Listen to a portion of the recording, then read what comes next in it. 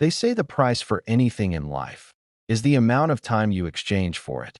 So how are you going to realize the life of your dreams, have meaning, and be fulfilled if you keep seeking pleasure? Or make it the main goal of your daily schedule.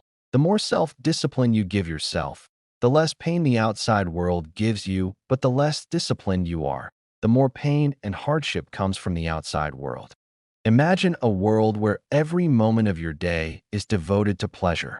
Sounds like paradise, right?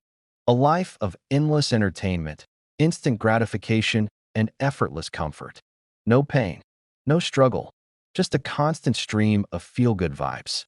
But how can this be if the greats like Sigmund Freud have said, one day, in retrospect, the years of struggle will strike you as the most beautiful? So, a question worth pausing for. What if that very pursuit of pleasure is the thing that enslaves us? What if the promise of happiness becomes a cage, soft, seductive, and nearly invisible? You are the one stopping yourself from becoming your next best version. Today, we're diving into that uncomfortable possibility.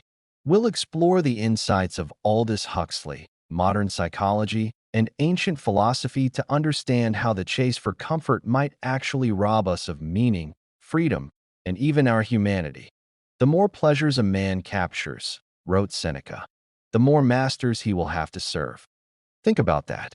Every pleasure becomes a master. Also, the more things you have on your mind, the more you lose clarity and momentum. Self-control is key in today's day and age. Let's start with a warning. A literary prophecy. Aldous Huxley's Brave New World paints a haunting picture of a future where humanity is pacified not through violence or tyranny, but through pleasure. In this world, people are kept docile with too much comfort, which eliminates pain, discomfort, and even dissatisfaction. Life is smooth, streamlined, and utterly meaningless. Basically, if you don't put in effort to attain something, most likely you will not value it or derive any meaning from it. A really efficient totalitarian state, Huxley wrote, would be one in which the all-powerful executive controls a population of slaves who do not have to be coerced because they love their servitude. Sound far-fetched? Look around. Every ping from your phone, every scroll on social media, every ad promising joy with a click. Isn't that our version of Huxley's world? Psychologists warned us that while technology can facilitate engaging experiences, it also has a dark side. Our impulses can be used against us. We're not in control. We're being controlled by our cravings. And here's the kicker. We often don't even realize it.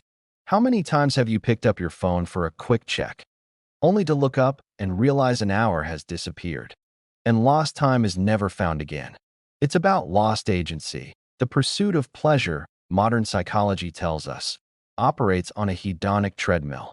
You get the thing you wanted, a new phone, a delicious meal, a binge-worthy show, and you feel good for a moment. Then it fades. The baseline returns, and you're left needing another hit, which is why having less wants and desires is a good trait to cultivate.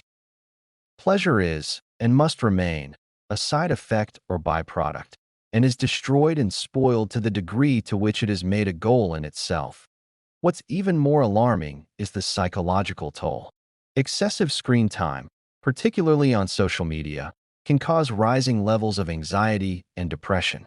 The very tools we use to feel better are often the ones making us feel worse.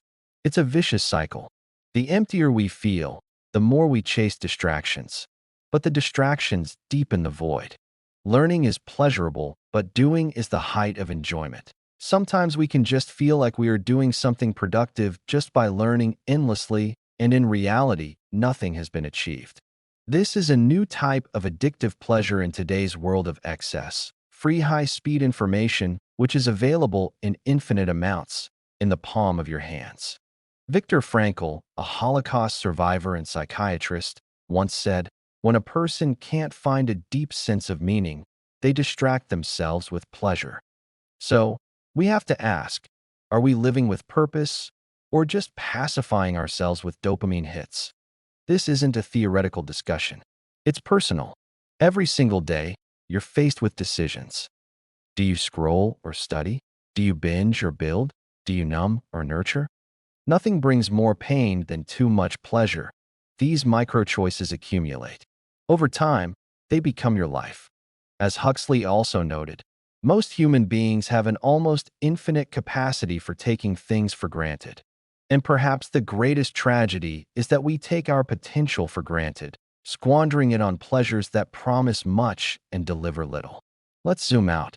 We live in an attention economy.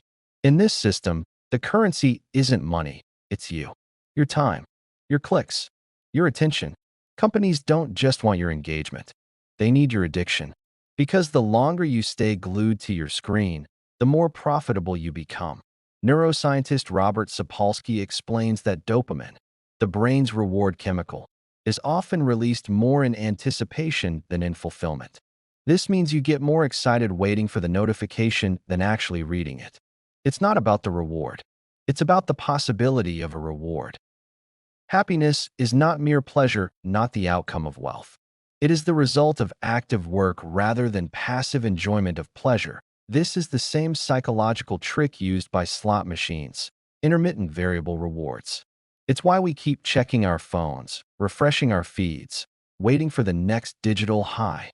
As former Google design ethicist Tristan Harris put it, your attention is being engineered by companies that profit from distraction. Pleasure is a false god. Research shows that people who focus their energy on superficial pleasures end up more anxious, more emotionally unstable, and more depressed. They are more drained and can easily become aimless. Let's tie this back to Huxley. In Brave New World, the loss of freedom wasn't enforced. It was chosen.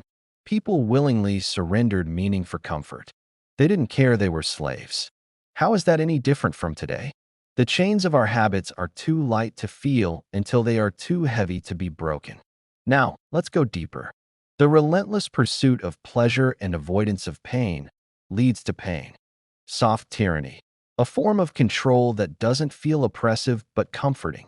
It's subtle, seductive, and incredibly effective. Smart devices anticipate our needs. Apps deliver instant satisfaction.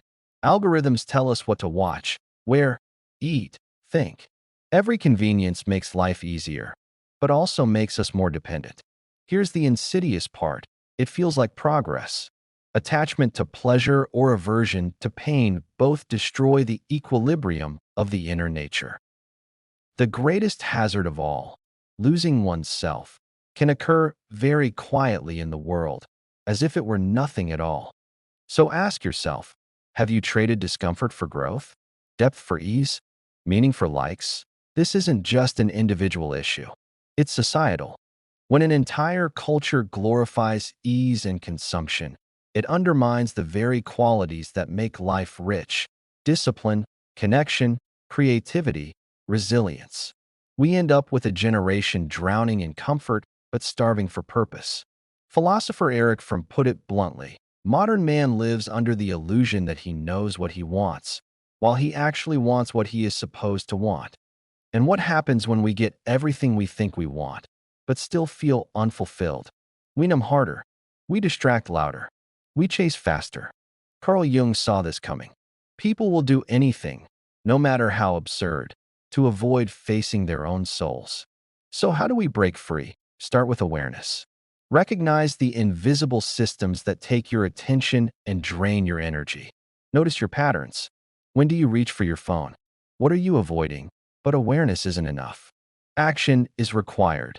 Turn off your notifications. Carve out time for focused work. Reconnect with activities that make you lose track of time for the right reasons. Ask yourself, what would your life look like if you pursued purpose instead of pleasure? Let's talk discipline. Discipline is often seen as restrictive. But what if it's the path to true freedom? Jocko Willink, former Navy SEAL and author, puts it clearly: discipline equals freedom. Discipline is the power to choose long-term rewards over short-term impulses. It's what allows you to say no to the easy path and yes to the meaningful one. And it starts small. Discipline is the bridge between goals and accomplishment. Discipline creates opportunities chasing pleasures never will. Wake up 10 minutes earlier to meditate. Journal your thoughts instead of scrolling. Reach out to a friend instead of watching another episode. These aren't grand gestures. They're daily rebellions in a world that profits from your complacency. And don't be afraid of discomfort. In fact, seek it, because on the other side of discomfort is growth. Real growth. Every time you push through resistance, you gain strength. Every time you resist indulgence, you reclaim a bit more of your freedom. Now, here's the most profound insight of all. True happiness doesn't come from the pursuit of pleasure. It comes from the pursuit of meaning. Aristotle called this eudaimonia, a flourishing life. Not a life of ease, but one aligned with virtue, purpose, and intentionality. He who has a why to live can bear almost anyhow. So find your why. As Viktor Frankl advised, meaning can be found in three ways. 1. By creating something of value. 2. By experiencing love and connection. 3. By finding meaning in suffering. Ask yourself, what legacy do I want to leave? How can I use my time to serve others? What pain in my life can be turned into purpose?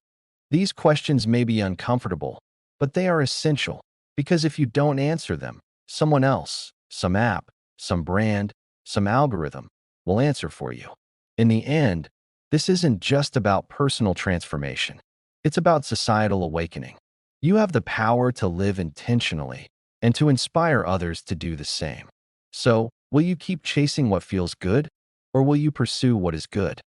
The chains of pleasure are soft, warm, and invisible, but chains they remain. Break them. Live free and fully. And above all, live on purpose. A quote by James Clear to end this. And I knew that if things were going to improve, I was the one responsible for making it happen.